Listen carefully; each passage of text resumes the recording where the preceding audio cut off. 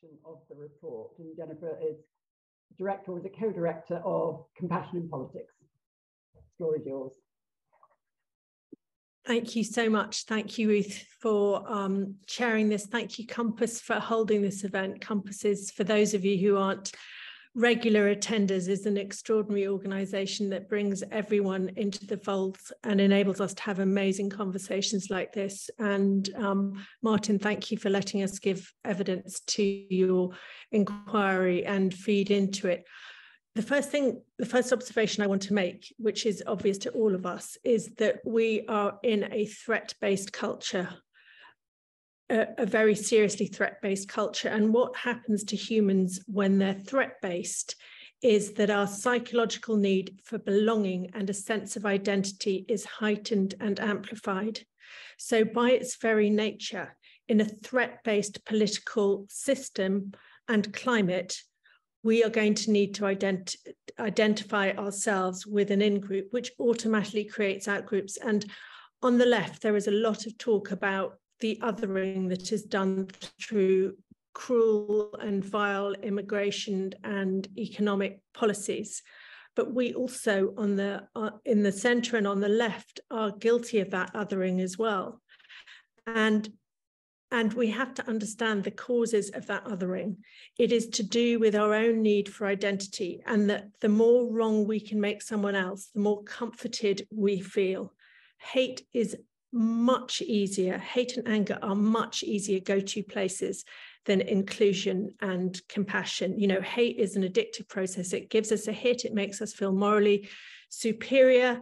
It makes us feel right. It gives us a sense that who we are is good, that those around us are good, but we can only maintain that position by creating another who are not as good as us, who aren't as righteous as us, who don't share our fantastic views.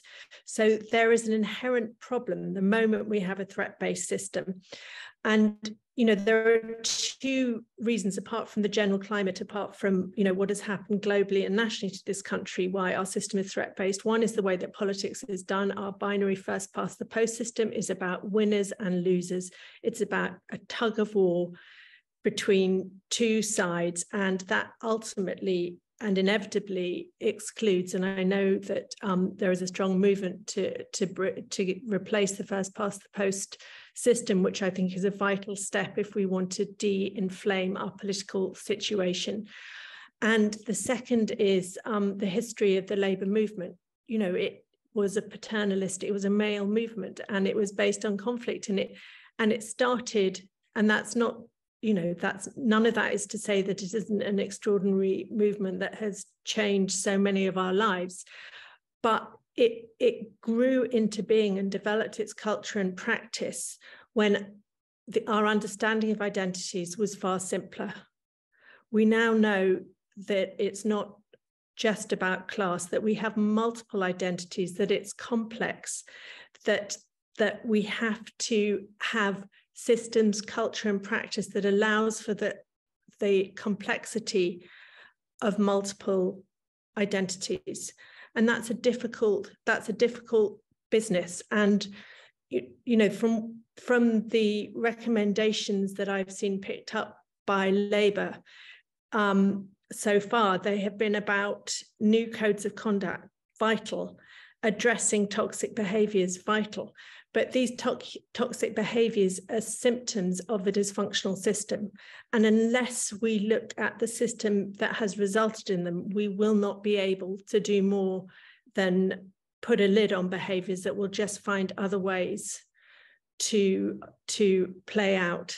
So we really need to look at the culture, and that means leadership having to change, leadership being willing to embrace difference, leadership that's willing to acknowledge the psychological needs that drive so many of our politics. There was a fantastic study done in the United States pre-pandemic where they got subjects to use ads on immigration and the other half didn't.